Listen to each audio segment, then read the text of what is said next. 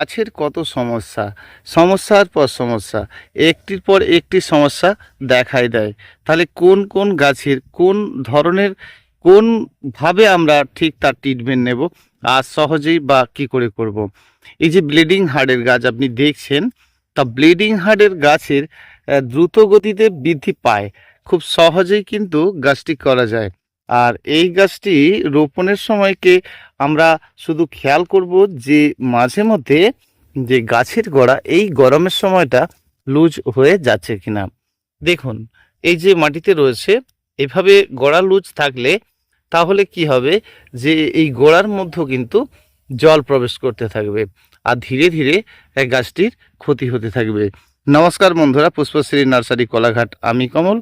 আজ শুধু bleeding heart নয়, আরও বেশ কয়েকটি গাছের পরিচর্যা সম্বন্ধে বলবো। অতিরিক্ত গাছে খাদ্য দেবেন, গাছ লম্বা লম্বা হতে থাকবে। গাছের মধ্যে অতিরিক্ত খাদ্য দিলে গাছ লম্বা হতে থাকবে। কাটিং করেন কিন্তু দেখতে পাচ্ছেন যেন বেশি ফুল নেই। সম্পূর্ণ এঁটেল মাটির মধ্যে এই গাছটি যদি আপনি রোপণ করে থাকেন তাহলে জানবেন গাছের বৃদ্ধি একদম ফাস্ট ফাস্ট হতে থাকবে। আর সম্পূর্ণ এঁটেল মাটিতে যদি আপনার গাছ থাকে তাহলে বৃদ্ধি কিন্তু বেশি পেতে থাকবে, তাহলে ফুলের পরিমাণটা এমনিই কম হবে। আর সেই জন্য মাটির মধ্যেও একটু বালি অবশ্যই মাখবো, আর মেখে দিলে কিন্তু বেশ ভালো থাকবে আপনার গাছটি। দেখুন, 12 মাসি ফুলের গাছের ক্ষেত্রে আপনি ভার্মি কম্পোস্ট, কোকোপিট মাটিতে মেখেছেন, ঠিকই আছে, কিন্তু আপনাকে জানতে হবে যে বছরে একবার করে হলেও এই সকলগুলো ফেলতে হবে। তা নইলে কিন্তু ওইগুলো খারাপ হতে থাকলে সেটা গাছেরই ক্ষতি হতে থাকবে। আপনার গাছটির পাতাগুলো ধীরে ধীরে পুড়ে যেতে থাকবে, গাছের খাড়ত্ব ভাব আসবে। আর এই সহজভাবে কম কেয়ারেই যে গাছটি করা যায় তখন খুব কঠিন হয়ে উঠবে আপনার গাছটি। আর যদি তা এমন হয়ে থাকে তাহলে কি করবেন? এই মতো অবস্থায় একটা ভালো সময় আছে, অতিরিক্ত গরম নয় এখন। আর গাছটিকে আপনি খুলে নিন, গাছটিকে ভালো করে কাটাই ছাঁটাই করে 30% বালি মেখে গাছটি বসিয়ে দিন। জানবেন খুব সহজভাবেই আপনি এই ব্লিডিং হার্টের গাছটি করতে পারবেন। আপনার বাড়িতে গাছটি রয়েছে আর আপনি জানেন কি এটা ইনডোরে খুব ভালো হয় আর খুব সুন্দর হয়। আর এই দেখুন, ফুলগুলো অনেক দিন আগেই ফুটেছে আর ফুলের কালারগুলো কিন্তু আস্তে আস্তে খারাপ হতে থাকছে। তা নইলেও আপনার এই ফুল একবার ফোটার পরেও কমসে কম আপনার প্রায় 1 মাস পর্যন্ত খুব সুন্দর থাকছে। গাছের এর মূল্য অনেক বেশি নয়, একদম সুন্দর সুন্দর চারার দামই কিন্তু 30 টাকা। আর এর অনেকগুলো কালার হয়, আমাদের এখানে পাওয়া যায় কিন্তু মাত্র 2টি কালার। গাছটি একটু লতানো টাইপের হয়ে ওঠে, আর সেই জন্যই যখনই আপনি এই গাছটিকে ভালো করে কাটিং করে দেবেন, আর কাটিং করে দেবেন মানে নিজের মতো করে কাটিং করবেন। সবসময় জেনে রাখবেন যে গাছগুলো লতানো টাইপসের বা ঝোপালো টাইপসের, শুধু ব্লিডিং হার্ট কেন, তাহলে আপনি নিজের মতো করে এই ধরুন 1 ফুটের মতো রেখে প্রথম অবস্থাতে আপনারা 1 ফুটের নিচে কোনো গাছেরই কিন্তু ডাল কাটিং করবেন না। কিন্তু মনে রাখুন, যখন আপনি গাছটি ফাইনাল কাটিং করবেন এরকম 1 ফুট রেখে কাটিং করে দেবেন, আর দেখবেন সুন্দর হতে থাকবে। শুধু কাটিংটা আপনি সেই সময় করতে পারেন না যে সময়টার জন্য আপনার কনকনে ঠান্ডা, অতিরিক্ত গরম, দারুণভাবে বর্ষা, আর সেই সময়ের জন্য কিন্তু আপনি কাটিংটা একদম ফাইনালি করছেন না। মাঝে মধ্যেই ধরুন কিছুটা করে ডাল বৃদ্ধি পাবে, ফুল হবে, আর ফুল শেষে কাটিং করে দেবেন, একদম ভালো থাকবে। খাদ্য হিসেবে দিতে গেলে করেনটা কি, এটা আপনি করেন তো মাঝে মাঝে খৈলের জলটিকে ভিজিয়ে ভিজিয়ে দেন। তো খৈলের জল যখন ভেজাচ্ছেন, বাড়ির যে ভাতের মাঠটা রয়েছে বা ভেজানো কিছু মাটিটা, যেটা বলেছিলাম যে পুকুরের পাঁক বা কিছুটা 10-15 দিন ধরে একটা পাত্রে মাটিকে ভিজিয়ে রাখুন। আর সেই ভেজা মাটির সাথে আপনি সরিষার খোল মোটামুটি 100 গ্রাম ভিজিয়ে দিন।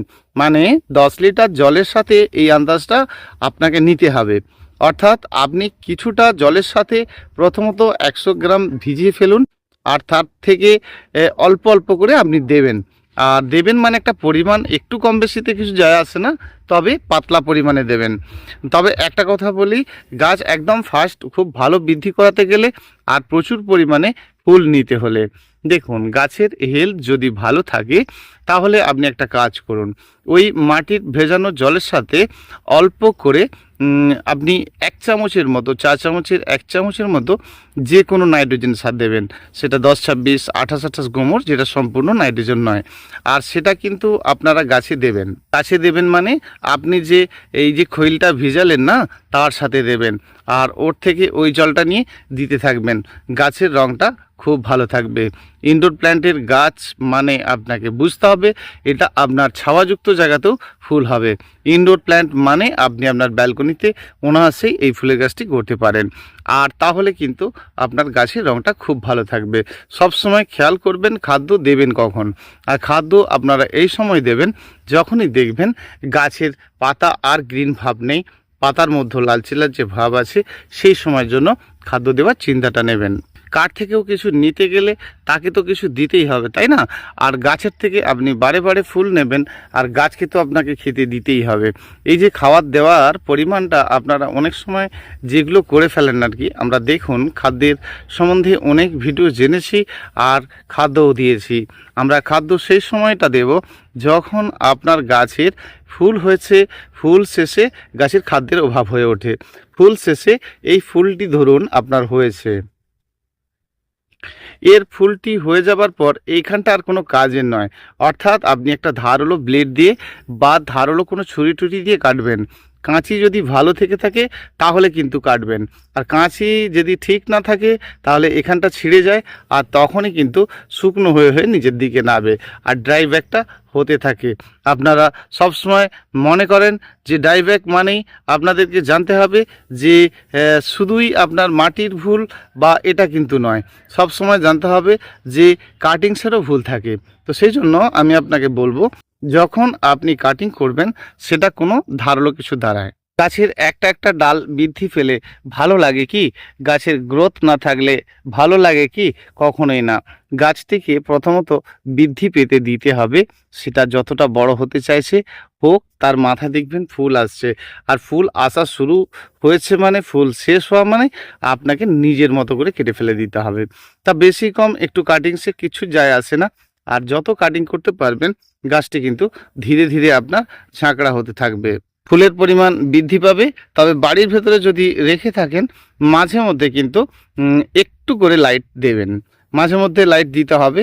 মোটামুটি ধরুন আপনি আপনার ব্যালকনিতে রেখেছেন আর সেখানে 2-1 ঘন্টা রৌদ্র আসেই, আর সেক্ষেত্রে কিন্তু খুব গাছ ভালো থাকবে। ধরুন এই গাছটির ডোগাটি লম্বা হতে শুরু হয়েছে, দেখতে পাচ্ছেন লম্বা হয়ে যাচ্ছে।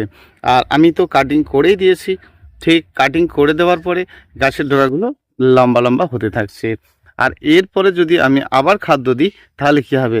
এ বৃদ্ধি পেতে থাকবে, তাহলে ফুল হতে দেরি হবে। আর সেই জন্য আপনার গাছে ফুল কিন্তু কম হচ্ছে। গাছের ফুলের দেখা তো তখনই হবে যখন বৃদ্ধিটা অফ হবে। অর্থাৎ বৃদ্ধি পাচ্ছে পাক, খাদ্য দেওয়া বন্ধ করুন এই সময়টার জন্য। ফুলটা হয়ে যাক, তারপরে দেবেন খাদ্য। আর গাছে কিন্তু প্রচুর পরিমাণে তাহলে আপনি ফুল দেখতে পাবেন। এখানটা একটা ব্যাপার আছে, যখন আপনার একটা গাছের ডালি বৃদ্ধি পেতে থাকছে আর বৃদ্ধি পেতে পেতে সে বেশ বড়সড় হয়ে উঠছে, আর বড়সড় হয়ে উঠছে মানে আপনাকে জানতে হবে যে বড়সড় শুধু হয়েই চলেছে, আর আপনি খাদ্যের পর খাদ্য দিয়েই চলেছেন। সেই জন্য যখন আপনার গাছের একটা ডালি বৃদ্ধি পেতে থাকবে, গাছের ডাল শাখা কম থাকবে, সে সময় কিন্তু গাছের ফুলের পরিমাণ একেবারেই কম থাকবে।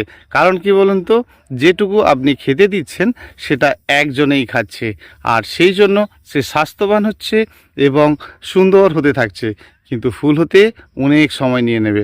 এবারে ধরুন আমি এই ডালটা এখান থেকে কেটে ফেলে দিয়েছি, দেওয়ার পরে দেখছি যে 5টা-6টা ডাল বেরিয়েছে, আর 5টা-6টা ডালের মধ্যেই প্রত্যেকটাতে ফুল আছে। আর ফুল আছে এই কারণে যে গাছের অজস্র শাখা বেরোনো মানে গাছের কিন্তু ফুলের বৃদ্ধি পাবে। কারণ গাছের অতিরিক্ত খাদ্য থাকলেও যদি তার ডাল শাখা বেশি থাকে তাহলে তো আপনাকে জানতে হবে না যে ডাল শাখা যার বেশি আছে তার খাদ্যের পরিমাণটা এমনিই কম থাকবে। আপনি যতই খাদ্য দেন না কেন অনেক ডাল শাখায় মিলে ভাগাভাগি করে খাবে, আর সেই ক্ষেত্রে কিন্তু ফুলের পরিমাণটা এমনিই বেশি হবে। আর আপনার গাছ শুধুই বৃদ্ধি হয়েছে, ফুলের দেখা নেই। 5-6টি ডাল একদম সুন্দর তরতাজা হয়ে গেছে, একদম ফুলের দেখা নেই। আর তাহলে আপনি অবশ্যই, যদি খুব বেশি বৃদ্ধি হয়ে থাকে, আপনি যদি এঁটেল মাটির মতো গাছ রোপণ করেই থাকেন, ঠিক আমাদেরই মতো, এগুলো সব এঁটেল মাটি। আর এঁটেল মাটি মানে পাওয়ারফুল শক্ত মাটি। আর এই শক্ত মাটি মানেই আপনাকে এই মাটির মধ্যে মাঝে মধ্যে সুপার ফসফেট পটাশটি দেওয়া। এবারে দেখা গেছে আপনি ভার্মি কম্পোস্ট, কোকোপিট এটা ওটা দিয়ে রোপণ করেছেন, মানে মাটিতে ফসফরাসের ভাগ আপনি বেশি করেই দিয়েছেন। সেক্ষেত্রে কিন্তু আপনার সুপার ফসফেট পটাশ লাগবে না। শুধু গাছ কাটাই ছাঁটাই করুন, অনেক শাখা বেরোবে, আবার ফুলে ফুলে বৃদ্ধি পাবে। খাদ্য দেওয়াটা বন্ধ রাখবেন ফুলটা না হলে। পোকার ওষুধ হিসাবে আপনারা বিশেষ কিছু এই গাছে পোকা লাগে না। শুধু খেয়াল রাখবেন যে মাঝে মধ্যেই যে কোনো একটা কীটনাশক ওষুধ বাড়িতে যেমন আপনার আছে আর কি, যে ধরনেরই কীটনাশক ওষুধ থাকুক না কেন, সেটাই কিন্তু আপনি মাঝে মাঝে দিতে থাকবেন। ধরুন লিটারে 1 ml করে দিতে থাকবেন, একদম ফ্রেশ থাকবে। শুধু একটু খেয়াল করুন গাছের গোড়া এভাবে ফেটে ফেটে যাচ্ছে কিনা, মানে এটা তো মাটিতে গাছটি রয়েছে আর আপনি টবে রোপণ করেছেন, তাহলে কিন্তু আপনি মাটিটাকে একটু এলোমেলো করবেন আর কিছুটা করে মাটি চাপা দেবেন, দেখবেন গাছটিতে প্রচুর পরিমাণে ফুল নিজের থেকেই হতে থাকবে। তাহলে আমরা 30% বালি মেখে গাছটি রোপণ করব আর প্রচুর পরিমাণে ফুল কিন্তু পাবো।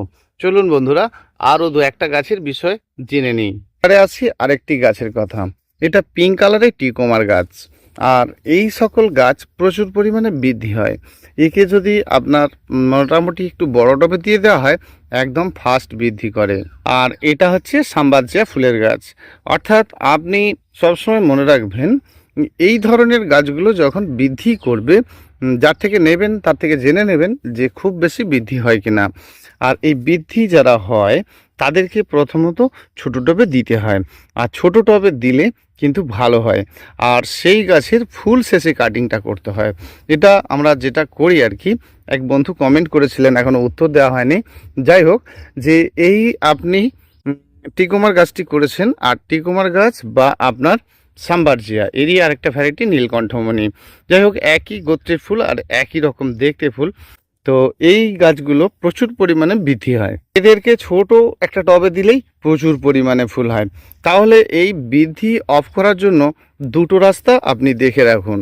হ্যাঁ, এই গাছটির নামই হচ্ছে পুমেরিয়া, কাঠগোলাপের মতো দেখতে ফুল আর ওই একই গোত্রের গাছ। যাই হোক, আর কাঠগোলাপ হচ্ছে আপনার, গাছটির নাম কাঠগোলাপ। এই গাছটি যদি আপনি একটা বড় টবে দিয়ে ফেলেন তাহলে প্রচুর পরিমাণে এর বৃদ্ধি হয়, আর বৃদ্ধি হয় মানে ফুলের দেখা পাওয়া যায় না। যদি আপনার ফুল না হয়ে থাকে, বৃদ্ধি হচ্ছে, তাহলে আপনি অবশ্যই সুপার ফসফেট পটাশটা দেবেন। 2 রকম থেকে নিয়ে, ধরুন 100 গ্রাম 100 গ্রাম থেকে, এর থেকে নিচে তো দোকানে দিতে চায় না। আর সেই জন্য আপনি মাত্র 100 গ্রাম 100 গ্রাম নেবেন, আর তার থেকে আপনি মাত্র 2 রকম মিলিয়ে একটা জায়গায় মেখে রাখবেন। তার থেকে মাত্র 1 চামচ করে নেবেন। প্রথমে আপনি গাছের গোড়াতে জল দেবেন, সাইডে ওটা দেবেন সুপার ফসফেট আর পটাশ মিশ্রিত, যেটা আপনি করলেন সাইডে দেবেন। দেওয়ার পরে কিন্তু আর জল দেবেন না, ঠিক 24 ঘন্টা পরে জল দেবেন। আর এটা আপনি 2-3 বার দিতে থাকুন, একদম গাছ ভর্তি ফুল হতে থাকবে। এখানটা একটা ব্যাপার আছে, আগে যে দুটো বৃদ্ধি হয় এরকম ধরনের গাছ দেখালাম, এই পুমেরিয়ার গাছটা দেখালাম, এই কাঠগোলাপের গাছটা দেখালাম, এই আলামুন্ডার গাছটা দেখুন। তো এরা কিন্তু প্রচুর পরিমাণে বৃদ্ধি হয়। গাছের ডগা বেরোনো মানে একদম দ্রুত গতিতে বৃদ্ধি পেতে থাকে, একদম দ্রুত গতিতে বৃদ্ধি পেতে থাকে। আর এই বৃদ্ধি অফ করার উপায় কিন্তু আপনার ডগাটিকে কাটিং করা। হ্যাঁ, ঠিকই শুনেছেন, গাছের যখন অতিরিক্ত বৃদ্ধি হতে থাকবে, তার ডগা যদি কাটিং করা হয়, সংখ্যামূলক অনেক ডগা বেরোতে থাকবে।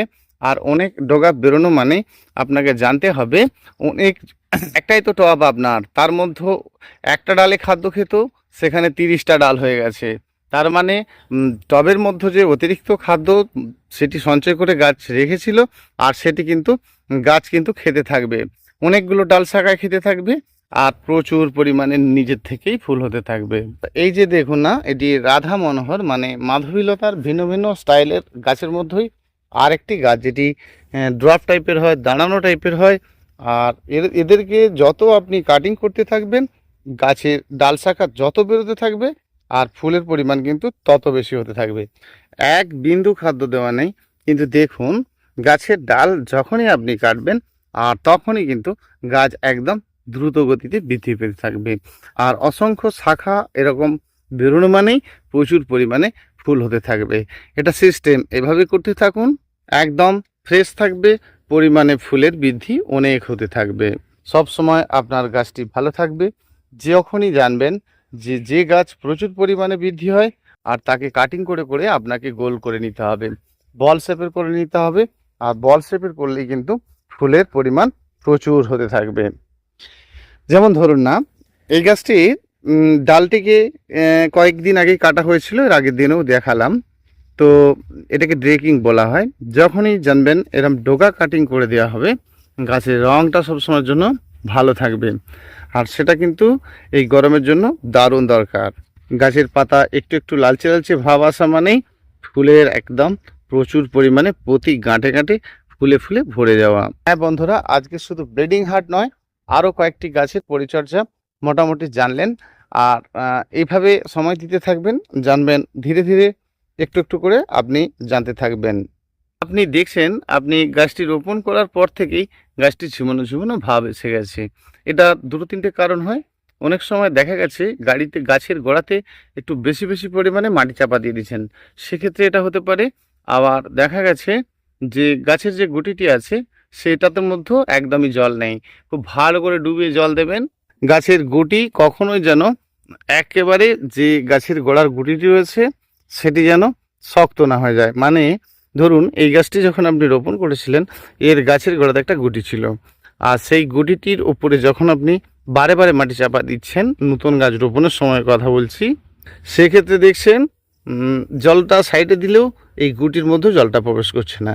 তাহলে একটু মাটি সরিয়ে দেবেন, তারপরে আপনি ভালো করে জল দেবেন, দেখবেন গাছ স্ট্রং হতে থাকবে।